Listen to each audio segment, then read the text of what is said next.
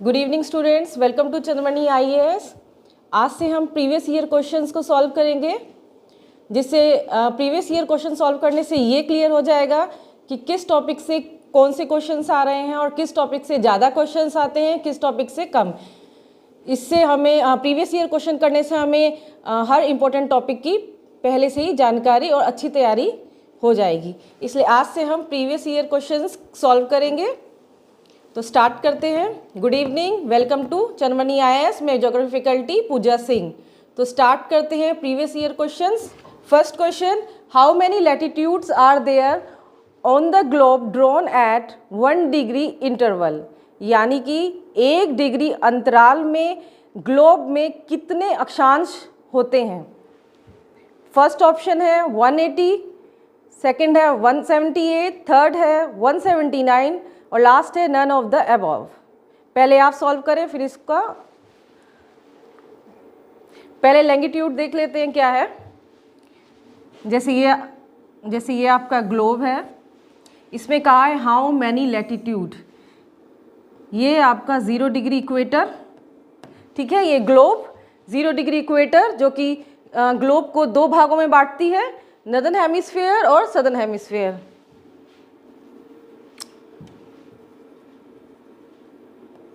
ठीक है, तो नॉर्दर्न हेमिस्फीयर ये लैटिट्यूड जो कि एक इमेजिनरी लाइंस होती हैं, नॉर्दर्न हेमिस्फीयर में ये है 89 और सदर्न हेमिस्फीयर यानी कि 0 डिग्री साउथ में ये होती है 89।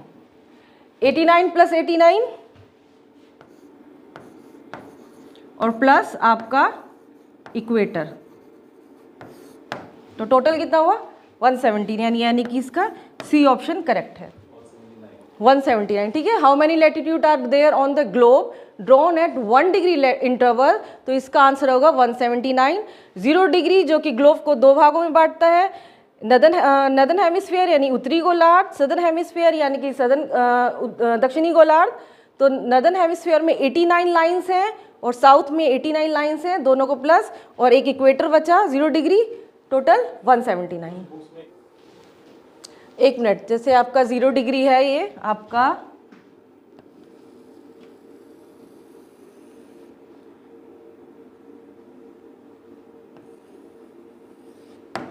आपका है 0 डिग्री, ठीक है। ये आपका नॉर्दर्न हेमिस्फीयर और ये आपका सदर्न हेमिस्फीयर, यहाँ 89 और यहाँ 89 और प्लस 1, ठीक है।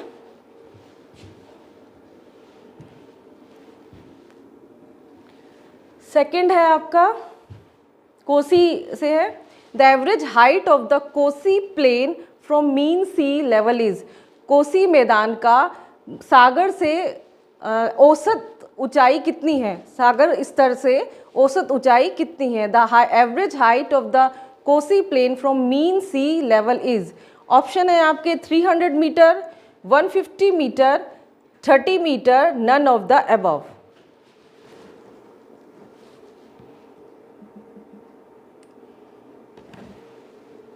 क्या है इसका, जो आपका कोसी का मैदान है वो समुद्र तल से उसकी औसत ऊंचाई कितनी है, समुद्र तल से इसकी औसत ऊंचाई कितनी है।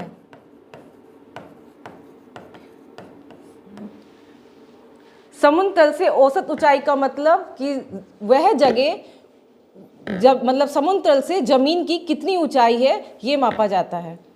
तो क्या आंसर होगा इसका, ये आपका कोसी प्लेन है, यहाँ पर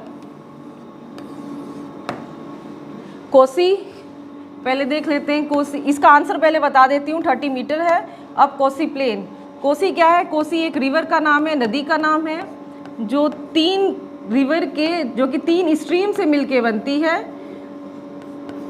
तमुर कोसी, अरुण कोसी, सून कोसी। ये तिब्बत के पास हिमालयन रेंज से निकलती है, तिब्बत के पास, तिब्बत नेपाल होते हुए ये सुपौल के पास भीमनगर से इंडिया में एंट्री करती है, और ये इसका है, ये है आपकी कोसी।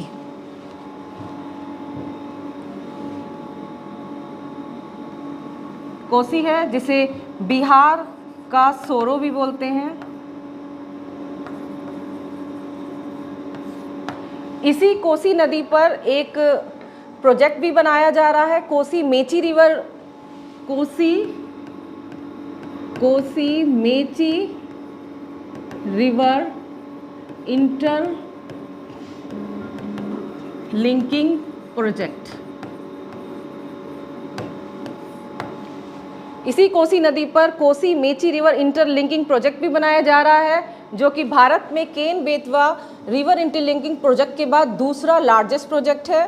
कोसी नदी आपको बता दिया गया 3 स्ट्रीम के संगम से बनती है, और मेची रिवर भी नेपाल इंडियन बॉर्डर बनाते हुए महानंदा में मिल जाती है। ये ट्रिब्यूटरी है महानंदा की, बेसिकली ये महानंदा की ट्रिब्यूटरी है, और महानंदा रिवर लास्ट ट्रिब्यूटरी है आपकी लेफ्ट बैंक से मिलने वाली गंगा में।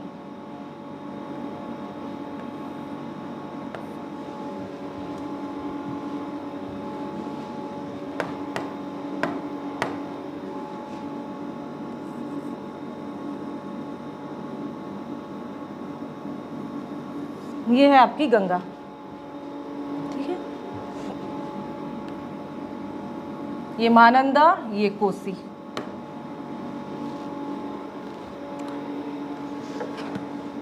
ठीक है, क्लियर हुआ? कुछ गड़बड़ है? नहीं, ठीक है। इसकी एवरेज हाइट कितनी है समुद्र तल से?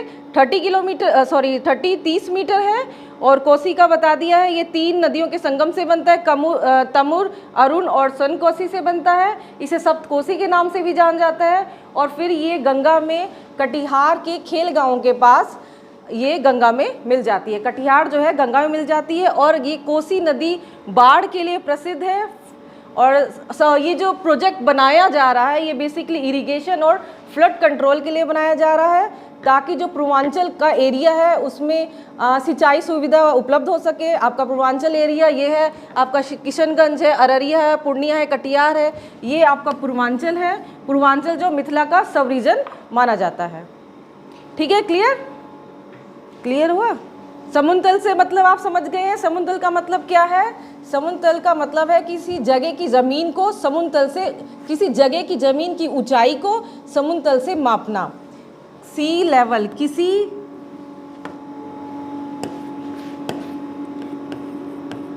किसी जगह की ज़मीन की ऊंचाई को समुद्र तल से मापना।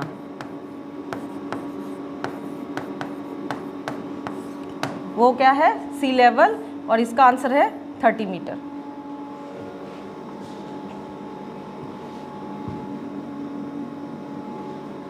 नेक्स्ट है on which plateau the tropic of Cancer and the Indian Standard Time line intersect each other। कि वह कौन सा प्लेट्यू है, कौन सा पठार है जो ट्रॉपिक ऑफ कैंसर और Indian standard time line intersect करती है, मतलब काटती है एक दूसरे को। ठीक है, कौन कौन सी? ट्रॉपिक ऑफ कैंसर, ये आपकी ट्रॉपिक ऑफ कैंसर जा रही है, और Indian standard time line intersect करती है। वो बताना है कहाँ वो एक दूसरे को इंटरसेक्ट करती है। पहला है आपका बुंदेलखंड, फिर है आपका बघेलखंड, नेक्स्ट है मालवा, लास्ट है आपका नन ऑफ द अबव। क्या है इसका? बताएंगे आंसर। बुंदेलखंड है या बघेलखंड है या मालवा है या नन ऑफ द अबव है। पहले आपको बता दें, इसमें ट्रॉपिक ऑफ कैंसर आपका ये है,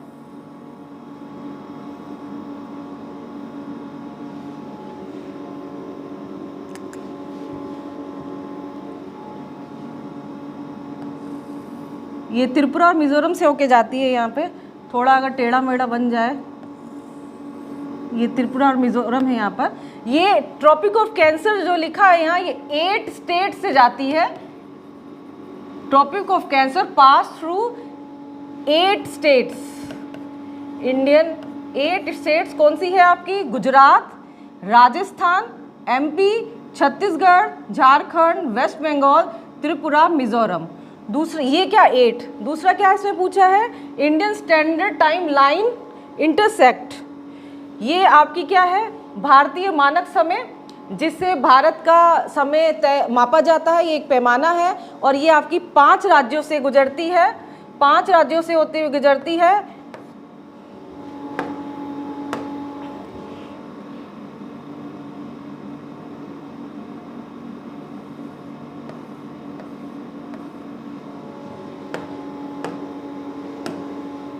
पांच राज्य, 5 स्टेट्स कौन से हैं वो, आपका यूपी, एमपी, छत्तीसगढ़, आंध्र,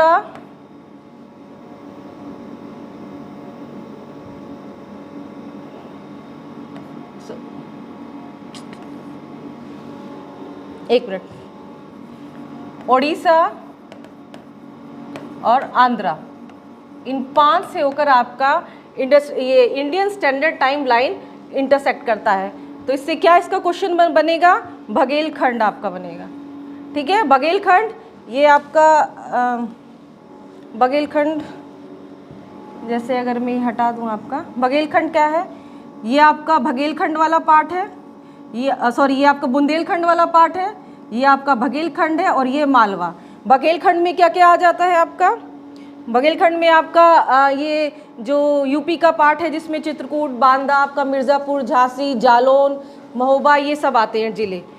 और आपका बघेलखंड में रीवा, सतना, सीधी, सोनभद्र, ये वाले ज़िले आ जाते हैं आपका यूपी एमपी का ज़िला। और मालवा में आपका आ जाता है एमपी और राजस्थान का, जैसे कोटा आ जाता है आपका, प्रतापगढ़ आ जाता है आपका, रीवा कह रही हूँ, मंदसौर, रतलाम, नीमच, ये वाला एरिया आपका मालवा है। ये डेक्कन ट्रैप का ही पार्ट है, डेक्कन ट्रैप का ही एक्सटेंशन है ये, और ये वोल्केनिक है। क्लियर हो गया, क्या है ये, बुंदेलखंड, बघेलखंड और मालवा। ठीक, तो इसका आंसर क्या होगा, बघेलखंड। क्यों, क्योंकि यहीं से आपकी ये होती हुई जा रही है। ठीक है ना, और ये आपका, ठीक है, नेक्स्ट है आपका,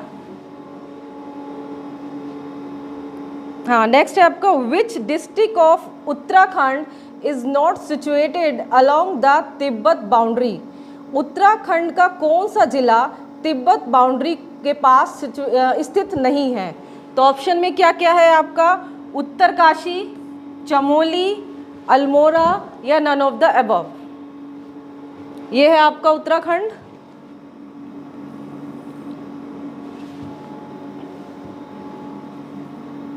ये है आपका उत्तराखंड और ये है आपका तिब्बत। इन चारों में से कौन सा ऑप्शन सही है, सही पूछा है ना, नहीं, नॉट सिचुएटेड।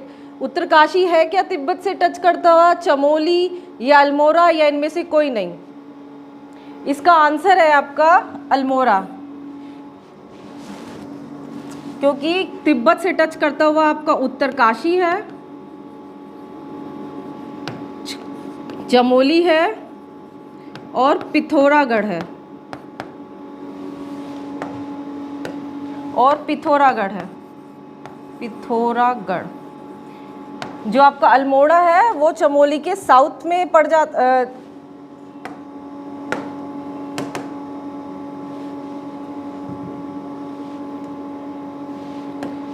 चमोली अल्मोड़ा जो है ये चमोली के साउथ में, यानी कि आपका ये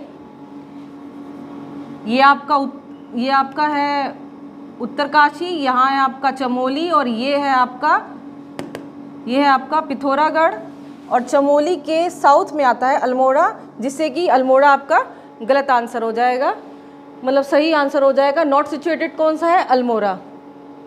ठीक है, समझ में आया। एक मिनट, खिसक क्यों रहा है ये,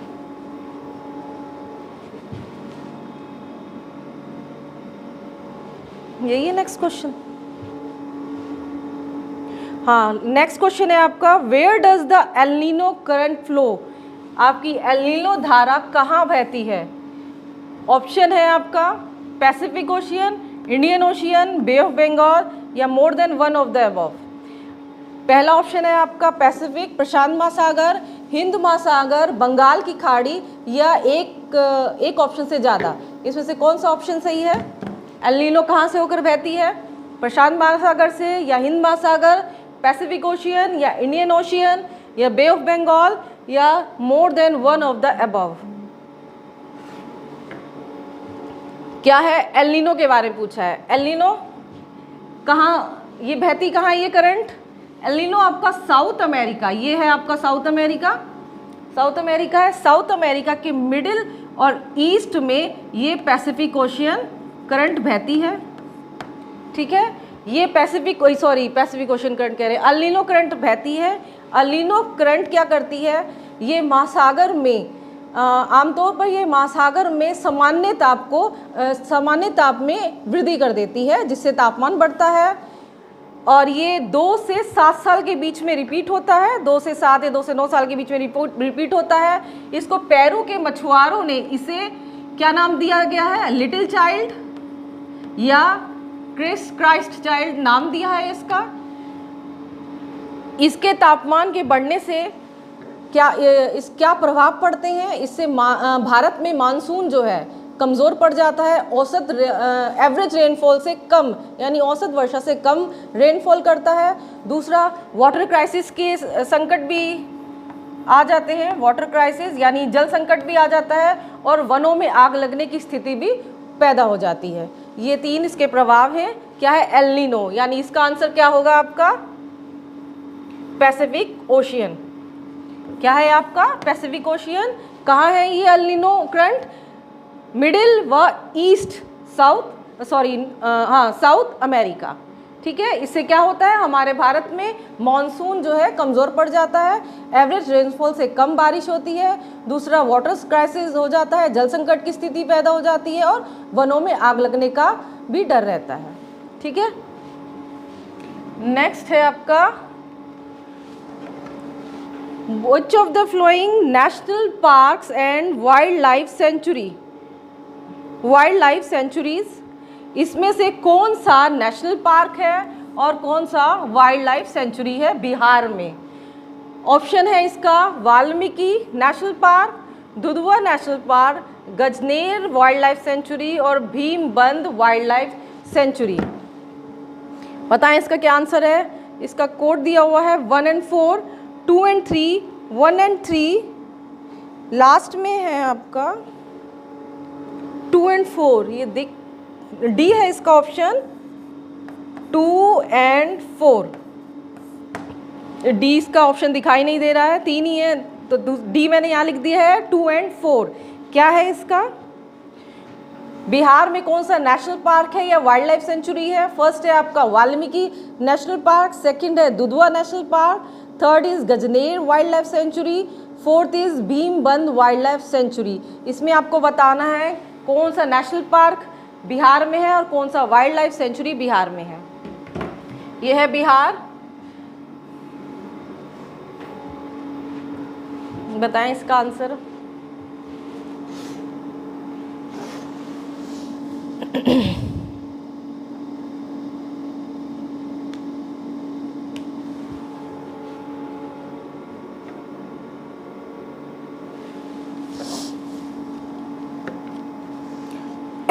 इसका आंसर है आपका 1 and 4, वाल्मीकि एंड भीमबंध। वाल्मीकि कहाँ है आपका? वेस्ट चंपारण में। वेस्ट चंपारण में ये बिहार का एकमात्र नेशनल पार्क है। यहाँ है वाल्मीकि, जो कि और वाल्मीकि नेशनल पार्क से आपकी गंडक रिवर भी क्रॉस करती है।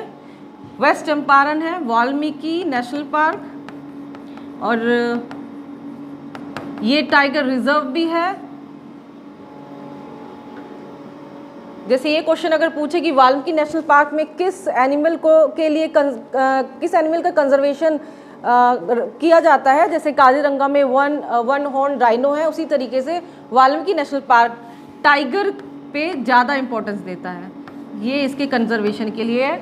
और दूसरा आपका है Bhimbandh wildlife century. Bhimbandh आपका है मुंगेर जिले में, मुंगेर जिले के हवेली खड़गपुर में है आपका भीमबंध वाइल्ड लाइफ। कहाँ है? मुंगेर हवेली खड़गपुर।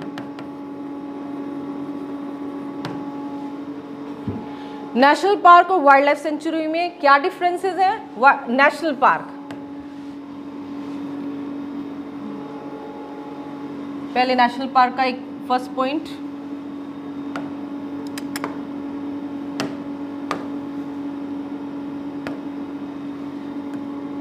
नेशनल पार्क पहला, नेशनल पार्क क्या करता है? Protected entire ecosystem.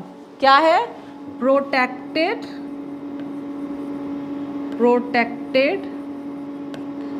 Entire ecosystem.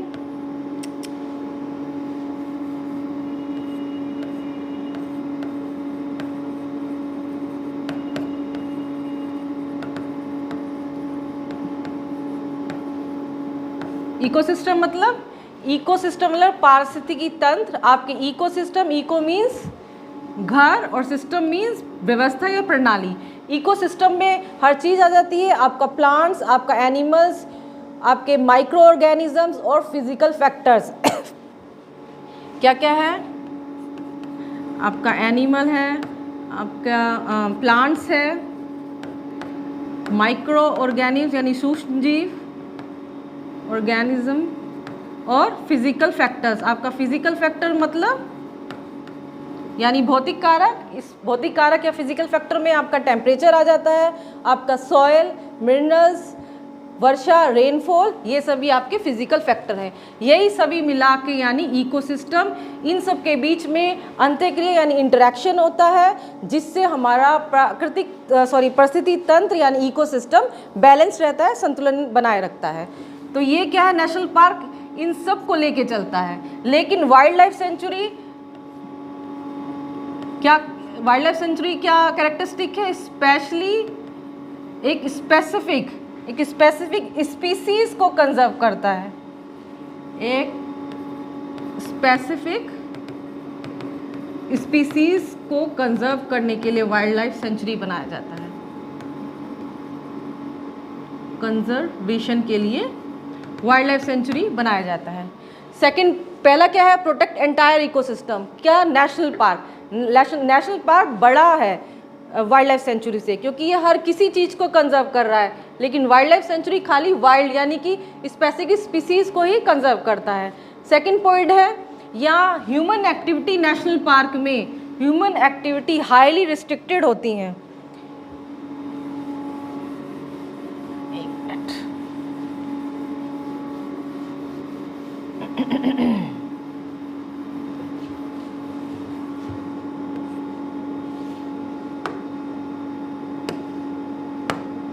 पहला क्या है? National park. नेशनल पार्क क्या करता है? Protect entire ecosystem. और वाइल्ड लाइफ सेंचुरी क्या करता है? आपका ये वाइल्ड लाइफ सेंचुरी है और ये नेशनल पार्क है। वाइल्ड लाइफ क्या करता है? कोई स्पेसिफिक स्पीसीज को कंजर्वेशन किया जाता है।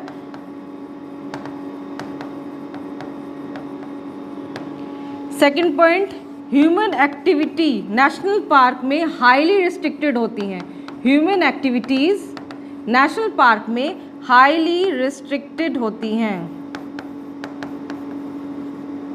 Highly restricted. लेकिन वर्ल्ड लाइफ सेंचुरी में ऐसा कुछ इतनी रिस्ट्रिक्शन नहीं होती हैं। ठीक है। थर्ड है आपका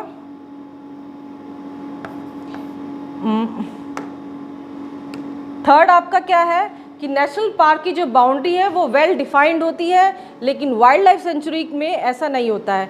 नेशनल पार्क की जो बाउंड्री है वेल डिफाइंड बाउंड्री होती है,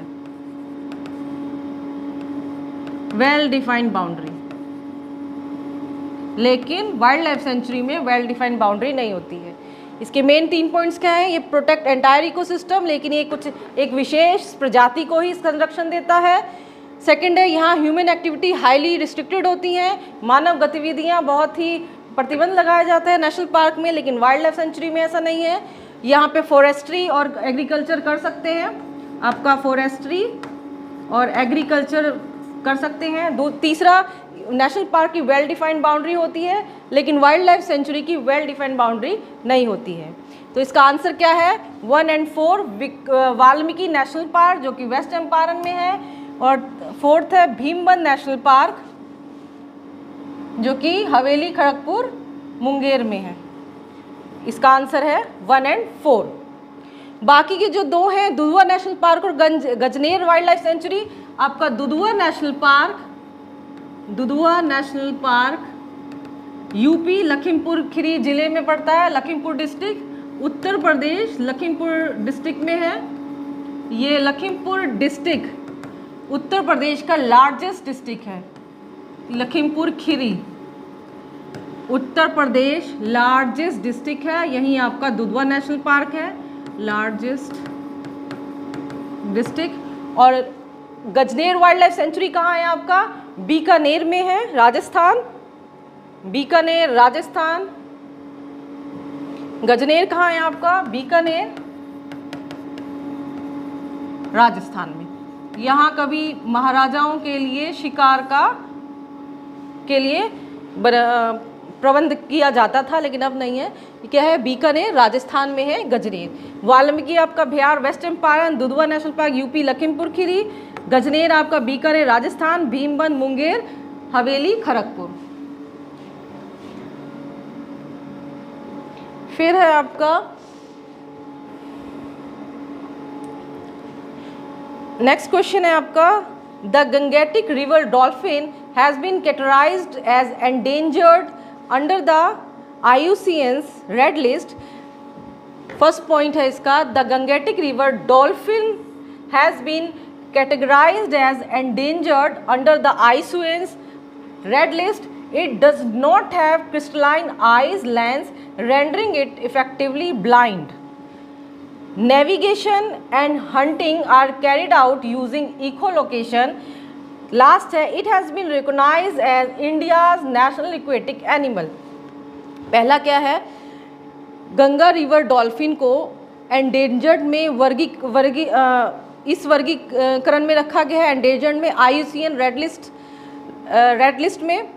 दूसरा है कि इसके पास क्रिस्टल आइज लेंस नहीं होती हैं, जिससे ये अंधी होती हैं। थर्ड है, ये नेविगेशन और हंटिंग के लिए इकोलोकेशन का प्रयोग करती हैं। लास्ट है कि इसे इंडियाज़ नेशनल एक्वेटिक एनिमल यानी कि राष्ट्र जलीय पशु एनिमल घोषित किया गया है। इसमें से आपको बताना है, इसके ऑप्शन में है आपका 1, 2 और 4, ओनली 2, 3 और 4। ये है आपका इधर, ये सी आपका ये है ओनली 1, 3 और 4, और डी है आपका ऑल ऑफ द अबव। बताएं इसका क्या ऑप्शन होगा?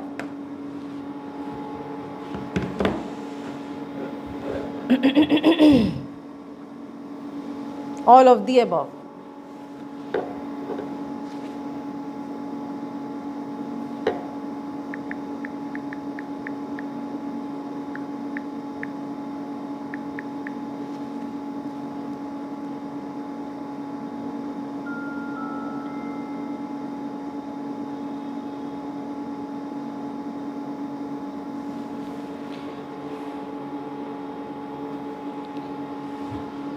गंगेटिक डॉल्फिन और क्या है? IUCN रेड लिस्ट, एंडेंजर्ड में डाला गया है इसके। फर्स्ट ऑप्शन ठीक है, IUCN ने इसको रेड लिस्ट में डाला है। ये एंडेंजर्ड स्पीसीज है यानी संकटग्रस्त। It does not have a crystalline eyes lens, इसके पास क्रिस्टलाइन आइज लेंस नहीं होती हैं। क्रिस्टलाइन आइज लेंस क्या होती हैं? हमें देखने में मदद करती हैं। क्रिस्टलाइन आइज क्या है? एक कैमरे की तरह काम करती है, जिससे हमें चीज़ें क्लियर दिखाई देती हैं। ये फोकस, लाइट का फोकस जो है बनाता है, लेकिन डॉल्फिन में ये क्रिस्टलाइन आइज लेंस ना होने के कारण ये अंधी होती हैं, इसलिए इसे it's known as the blind dolphin, इसे ब्लाइंड डॉल्फिन भी कहा जाता है। ये नहीं होता है, इसी से हमें क्लियर नज़र आता है, ये ना होने के कारण इसे ब्लाइंड डॉल्फिन भी कहते हैं। तीसरा है, नेविगेशन एंड हंटिंग के लिए इकोलोकेशन का इस्तेमाल करती हैं। ये अपने शिकार और नेविगेशन के लिए इकोलोकेशन है। इकोलोकेशन क्या है? इकोलोकेशन क्या होता है? साउंड वेव्स, यानी ये ध्वनि तरंगों की मदद से अपना शिकार और नेविगेट करती हैं। इकोलोकेशन मतलब साउंड वेव्स, ये साउंड वेव्स की मदद से नेविगेट करती हैं और हंटिंग करती हैं। जैसे चमगादड़ है आपका, वो भी इसी के थ्रू हंटिंग और नेविगेट करता है, इकोलोकेशन के द्वारा ही। इसी तरीके से डॉल्फिन भी है। डॉल्फिन क्या है? एक ब्लाइंड डॉल्फिन है, क्योंकि इनमें क्रिस्टलाइन आई लेंस नहीं होता है, जो कि हमें देखने में मदद करता है, जो कि डॉल्फिन में नहीं पाया जाता है, जिस वजह से it is known as the blind dolphin भी कहा जाता है। इसे सुसु भी कहते हैं इंडियन उसमें। दूसरा, it has been recognised as India's national aquatic animal. ये भी सही है कि इसे भारत का नेशनल एक्वेटिक एनिमल बनाया गया है। कब बनाया गया है? नेशनल एक्वेटिक एनिमल इसे 2009 में घोषित किया गया। भारत सरकार ने 2009 में इसे नेशनल एक्वेटिक एनिमल बनाया गया है। दूसरा, नेशनल मिशन क्लियर गंगा के थ्रू 2016 में डॉल्फिन कंजर्वेशन, इसको कंजर्वेशन करने के लिए भी इसके लिए बॉडी बनाई गई है 2016 में। डिक्लेयर किया 2009 में, और 2016 में क्या बनाया है? Dolphin conservation programme. Dolphin conservation programme बनाया गया है 2016 में। और 1991 में गंगेटिक डॉल्फिन के लिए विक्रमशिला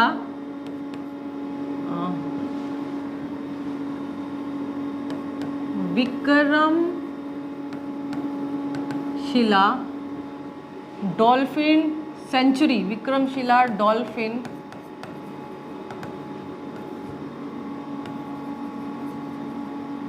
सेंचुरी भागलपुर में बनाया गया।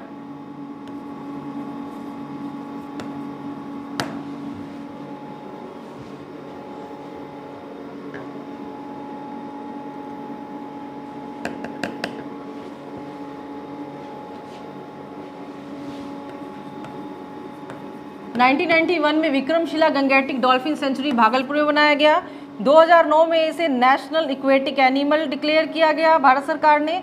2016 में नेशनल मिशन क्लियर गंगा के थ्रू डॉल्फिन कंजर्वेशन प्रोग्राम चलाया गया। ये 3 इसके फैक्ट्स हैं। दूसरा, IUCN और रेड लिस्ट क्या होता है?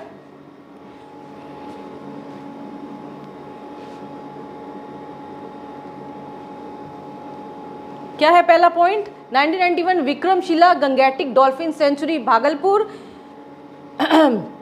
लास्ट है आपका नेशनल एक्वेटिक एनिमल। ये वाकई नेशनल, हाँ जी, ये नेशनल एक्वेटिक एनिमल है। 2009 में इसको डिक्लेयर किया है। 2016 में डॉल्फिन कंजर्वेशन प्रोग्राम बनाया गया है। और अगर इसके चारों पॉइंट देखें तो चारों पॉइंट इसके ठीक है। ये एंडेंजर्ड लिस्ट में आती है। इसके पास क्रिस्टलाइन आइज लेंस नहीं है, इसी कारण ये ब्लाइंड है। दूसरा, ये नेविगेशन और हंटिंग के लिए इकोलोकेशन का प्रयोग करती है, यानी साउंड वेव्स का इस्तेमाल करती है। दूसरा, it has been recognised as India's national aquatic animal. हाँ, ये 2009 में इसको नेशनल एक्वेटिक एनिमल डिक्लेयर किया गया है। 2016 में इसके संरक्षण के लिए प्रोग्राम चलाया गया। और 1991 में Vikramshila Gangetic dolphin century Bhagalpur में इसकी स्थापना की गई। इसका भार देखा जाए तो 150 kg के आसपास होता है। और जो फीमेल डॉल्फिन होती हैं वो मेल डॉल्फिन से लार्ज होती हैं, लार्जर देन मेल। लेकिन वाटर पोल्यूशन के कारण, बांध बनने के कारण, बैराज बनने के कारण इनकी संख्या को कमी आ रही है। उसी संख्या को की कमी मतलब बढ़ाने के लिए, उसकी पॉपुलेशन बढ़ाने के लिए इसके लिए कंजर्वेशन प्रोग्राम चलाए गए हैं। ये आपके ब्रह्मपुत्रा, गंगा जैसी बड़ी नदियों में जो है आपका गंगेटिक डॉल्फिन पाई जाती हैं। अच्छा, IUCN और रेड लिस्ट क्या होता है? IUCN एक इंटर गवर्नमेंटल ऑर्गेनाइजेशन है, जिसमें सरकार, गवर्नमेंट भी आती है और नागरिक भी आते हैं, NGO भी आता है। IUCN की स्थापना कब हुई है? IUCN की स्थापना 5 अक्टूबर 1948 को फोंटेन ब्लू फ्रांस में हुई थी। इसकी स्थापना IUCN की और इसका हेडक्वार्टर है आपका, हेडक्वार्टर कहाँ है इसका हेडक्वार्टर है ग्लैंड स्विट्जरलैंड में। इस IUCN का हेडक्वार्टर कहाँ है? ग्लैंड स्विट्जरलैंड में है। IUCN का काम क्या है? IUCN का काम है to protect nature and sustainable use of natural resources, प्रकृति की रक्षा करना और जो हमारा नेचुरल रिसोर्स है यानी प्राकृतिक संसाधन है उसमें उसको सतत इस्तेमाल करना। और क्या करती है ये एंडेंजर्ड यानी संकटग्रस्त प्रजातियां, लुप्तप्राय प्रजातियां, इन प्रजातियों के संरक्षण के लिए अन्य देशों को उनको संरक्षण एरिया बनाने में मदद करती है। और क्या है IUCN ही रेड लिस्ट जारी करती है यानी कि रेड डाटा बुक जारी करती है। जो स्पीसीज लुप्त होते हैं या संकटग्रस्त होते हैं उसकी सूची बनाती है जिसको रेड लिस्ट कहा जाता है। IUCN ही रेड बुक डाटा निकालता है। इसने अपनी पहली रेड डाटा बुक पब्लिश की थी 1964 में। उसमें इसी का यही काम है कि जो प्रजातियां लुप्त हो रही हैं या विलुप्त हो रही हैं या संकटग्रस्त हैं उनका ये कलर कोडिंग करके उनकी कैटेगरी बनाती है और उसके हिसाब से वो उसमें लिखती है। तो IUCN रेड लिस्ट किसी प्रजाति को लुप्त यानी एक्सटिंक्ट कब मान लिया जाता है? 1980 में ये सुझाव दिया गया था कि जो प्रजाति 50 साल तक नहीं दिखाई दे रही है, वैसे उसकी खोज चलती रहती है, लेकिन अगर आमतौर पर यह देखा गया है कि 50 साल तक अगर कोई प्रजाति नहीं दिख रही है तो उसे एक्सटिंक्ट में डाल दिया जाता है। यह IUCN ये आपका जो है मैनेजमेंट के लिए, उसके प्रबंधन के लिए, डेवलपमेंट के लिए यानी विकास के लिए, प्रजातियों के विकास डेवलपमेंट के लिए जो है ये सहायता करती है। इसमें आपका एनिमल, प्लांट्स, हर प्रजातियों को जो है हर प्रजाति की प्रजाति यानी कि स्पीसीज को जो है IUCN जो है अध्ययन करता है और सहायता भी करता है। और इसमें सरकार और नागरिक दोनों ही मिलके काम करते हैं। IUCN का हेडक्वार्टर ग्लैंड में है और ये बना कहाँ, इसकी स्थापना कहाँ हुई थी? फ्रांस, फोंटेनब्लू फ्रांस में हुई थी। और ये रेड डाटा बुक को पब्लिश करता है, रेड डाटा बुक।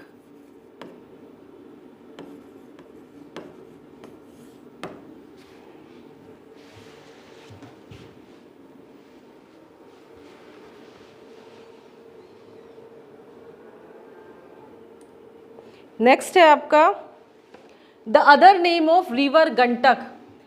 गंडक का दूसरा नाम क्या है? बूढ़ी गंडक, महानंदा, नारायणी या पुनपुन? क्या है इसका आंसर?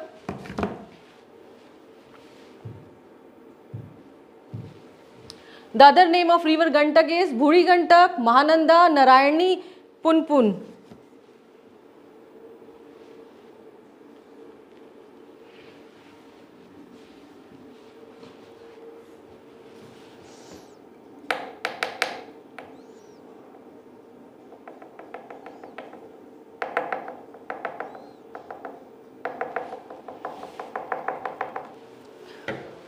इसका आंसर है नारायणी, गंडक रिवर।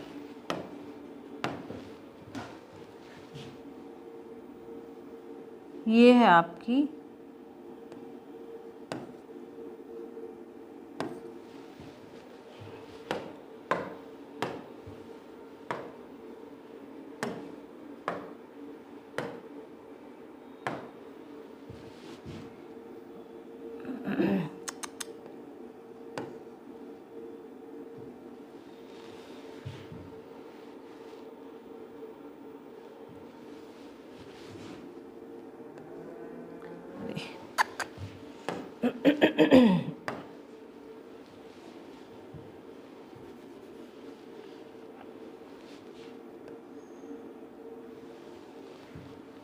ज़्यादा मोटा हो गया। ये है आपकी गंडक रिवर।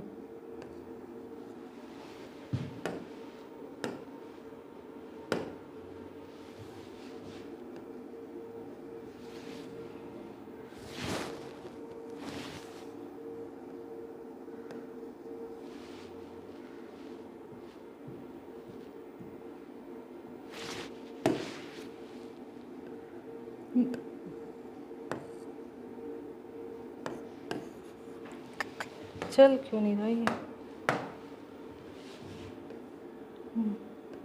ये है गंडक रिवर।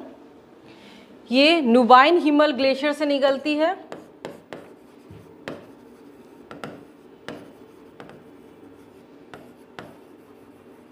ये नुबाइन हिमल ग्लेशियर से निकलती है आपकी Burhi Gandak.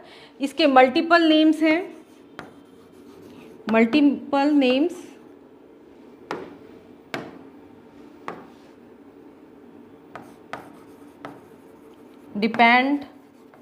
Depends on the region, क्षेत्र पर डिपेंड करते हैं ये कहाँ से होकर बहती है। क्या है इसका? नुबाइन हिमल ग्लेशियर से निकलती है। इसका नाम है नारायणी और गंडक। काली गंडक इसको नेपाल में कहते हैं, नेपाल में बोलते हैं। नारायणी इसको तराई प्लेन में कहते हैं, नारायणी तराई प्लेन यानी तराई के मैदान में इसका नाम नारायणी हो जाता है। And after entering the country इसका नाम गंडक कहलाता है। इसको कहते हैं गंडक। गंडक क्या है इसका? इसके ये इसके पास मतलब कहाँ से होके गुजरती है? ये वेस्ट चंपारण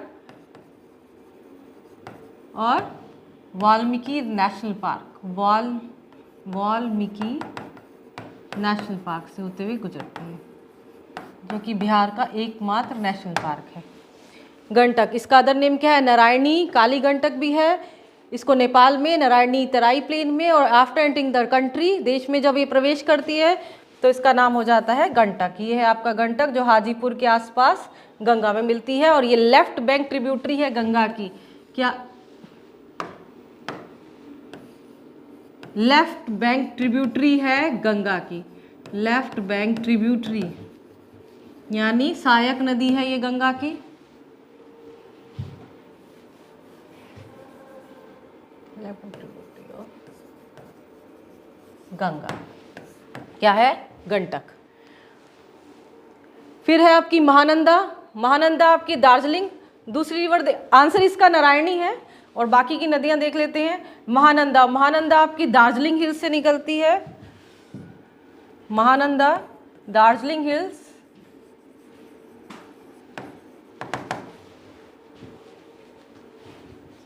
दार्जिलिंग हिल्स से निकलती है और ये left bank last left bank है। लास्ट लेफ्ट बैंक से मिलने वाली गंगा की ट्रिब्यूटरी है। लास्ट ट्रिब्यूटरी है ये गंगा की और लेफ्ट बैंक से मिलती है। लास्ट ट्रिब्यूटरी है और लेफ्ट बैंक से गंगा में मिलती है। ठीक है, ये है महानंदा। ये आपका लोकेशन है आपका यहाँ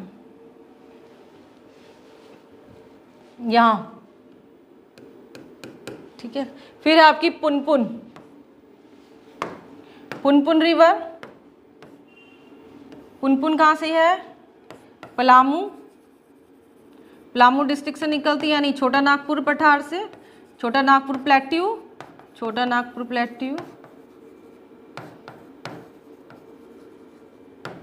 और ये फतुहा के आसपास गंगा में मिल जाती है।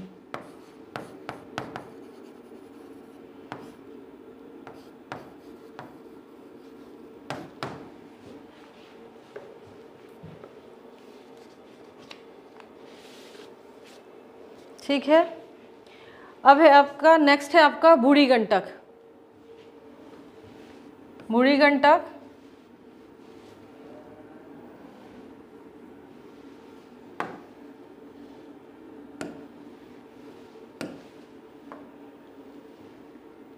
ये आपकी वेस्ट चंपारण के पास से निकलते हुए समस्तीपुर, बेगूसराय होते हुए मुंगेर जिले के पास, बरारपुर के पास ये गंगा में मिल जाती है। ये आपकी समस्तीपुर,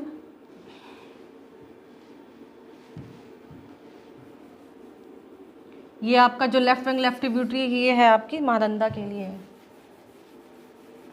बूढ़ी गंडक वेस्ट चंपारण से जाते हुए आपकी समस्तीपुर, बेगूसराय और मुंगेर में बरारपुर के पास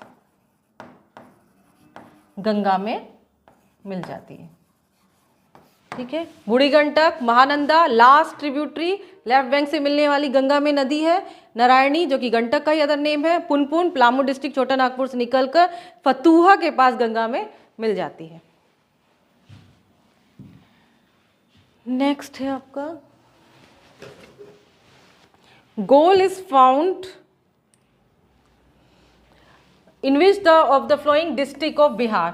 सोना कहाँ मिला है? मुंगेर में, सारण में, सिवान में, जमुई में। ये आपका एक क्वेश्चन है। जमुई कहाँ है आपका? जमुई है आपका।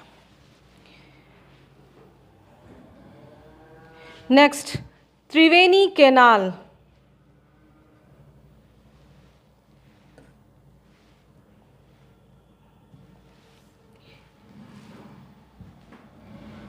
नेक्स्ट क्वेश्चन है, Triveni canal has been constructed on which of the flowing rivers. Option है आपके Kosi, B Son, C Gandak, last है मयूराक्षी। 4 ऑप्शन है जिसमें से ये बताना है त्रिवेणी कैनाल किस नदी पर कंस्ट्रक्ट हुई है, बताएं। ऑप्शन है कोसी, सोन, गंडक, मयूराक्षी।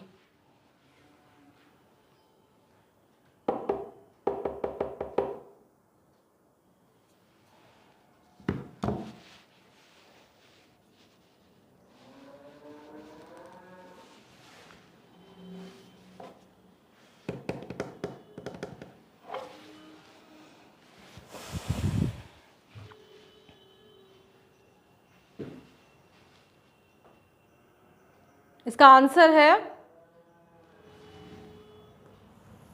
गंडक।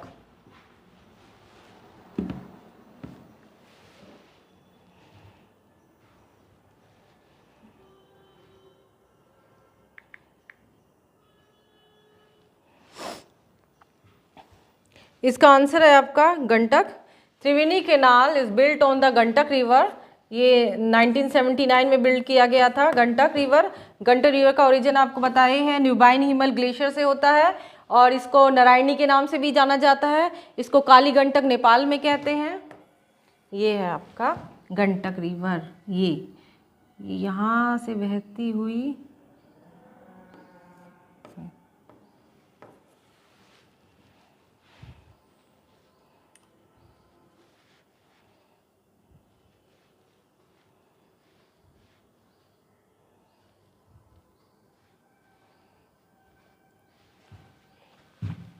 आपकी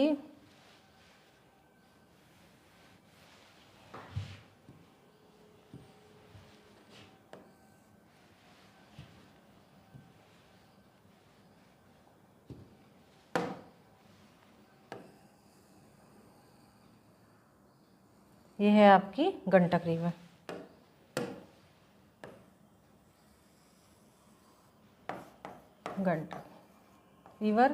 गंडक रिवर पे ही त्रिवेणी कैनाल बनाया गया है। त्रिवेणी कैनाल बनाया गया है गंडक। इसका आंसर क्या है? गंडक। कोसी पढ़ चुके हैं, 3 मेन स्ट्रीम से मिलकर बनी है। इसको बिहार का सोरो भी कहते हैं। दूसरा, ये सबसे ज़्यादा शिफ्ट करती है, हमेशा ये हर साल अपना रास्ता मार्ग बदलती है और ये सबसे ज़्यादा बाढ़ भी लाती है। शिफ्टिंग रिवर भी है ये सबसे ज़्यादा, शिफ्टिंग रिवर। एनुअली बाढ़ के लिए भी ये फेमस है, एनुअली फ्लड के लिए भी फेमस है। सोन रिवर आपकी कहाँ से निकलती है? सोन आपकी अमरकंटक, अमरकंटक हिल्स, छत्तीसगढ़ एमपी का बॉर्डर से सोन रिवर आपकी निकलती है और यहाँ आपकी पटना के आसपास ये गंगा में मिल जाती है। ये है आपकी सोन रिवर।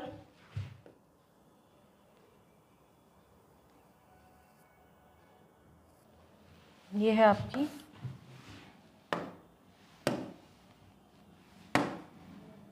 ये है आपका सोन रिवर।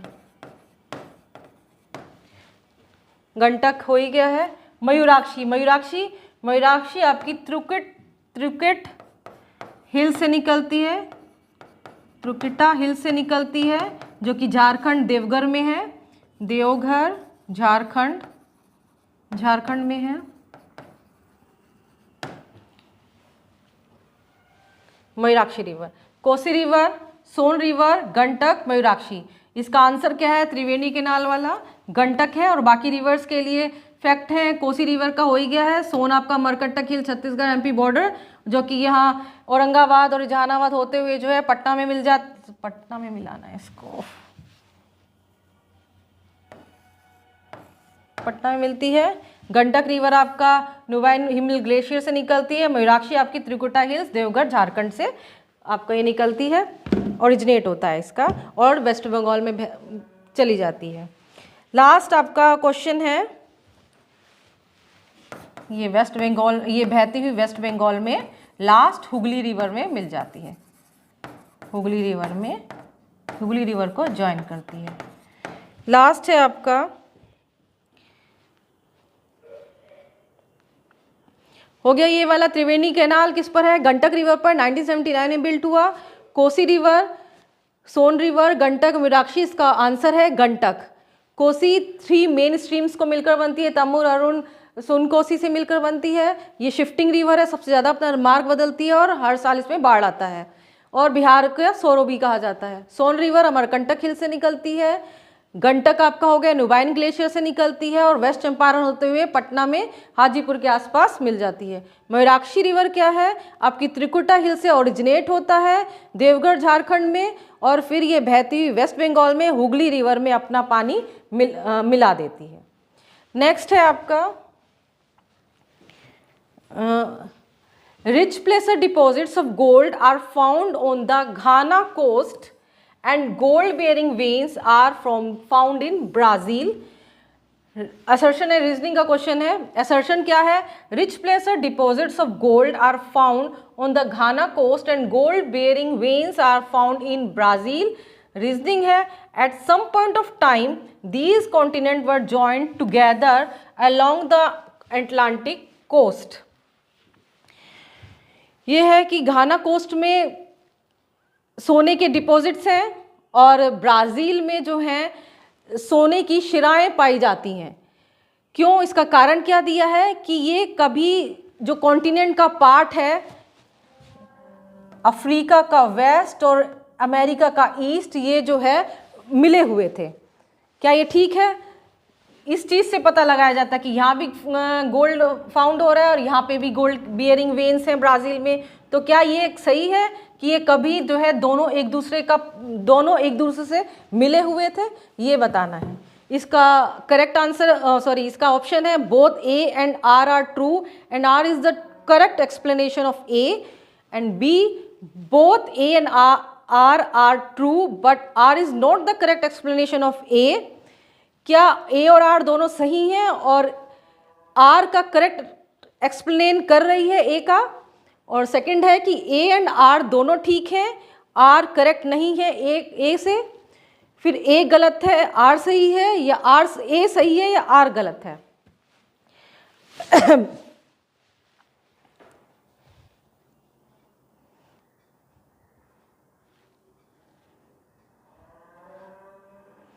बताएं इसका क्या है? कि घाना तट पर सोने के समृद्ध प्लेसर जमाव पाए जाते हैं और ब्राज़ील में सोने के वेन्स पाए गए हैं। किसी समय क्या ये महाद्वीप अटलांटिक तट के एक साथ संयुक्त थे? क्या ये सही है?